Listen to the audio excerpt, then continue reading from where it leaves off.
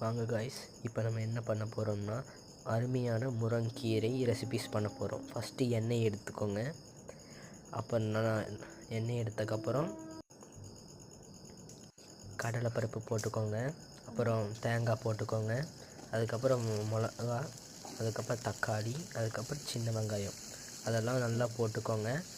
நல்லா போட்டுக்கிட்டு நல்லா வதக்கி விட்ருங்க. கீரை சேர்த்துக்கோங்க. அது நம்ம ஃபுட்டுக்கும் சேர்த்துக்கலாம், இல்லைன்னா நம்ம சட்னியும் சாப்பிட்டுக்கலாம். அப்புறம் கொஞ்சம் உப்பு, தேவையான அளவு உப்பு. அதை ஒரு நிமிஷம் நல்லா வதக்கி விட்டக்கப்புறம் மூடி வச்சக்கப்புறம் அது நல்லா வெந்தக்கப்புறம் அதை மூடி வச்சு ஒரு மிக்ஸி ஜாரில் நம்ம போட்டு மிக்ஸி ஜாரில் போட்டுக்கணும். அதுக்கப்புறம் மிக்ஸி ஜாரில் அரைச்சக்கப்புறம் நம்மளோட ரெசிபீஸ் இப்போ தயார். வாங்க நம்ம எல்லோரும் என்ஜாய் பண்ணி சாப்பிட்டு மகிழ்வோம்.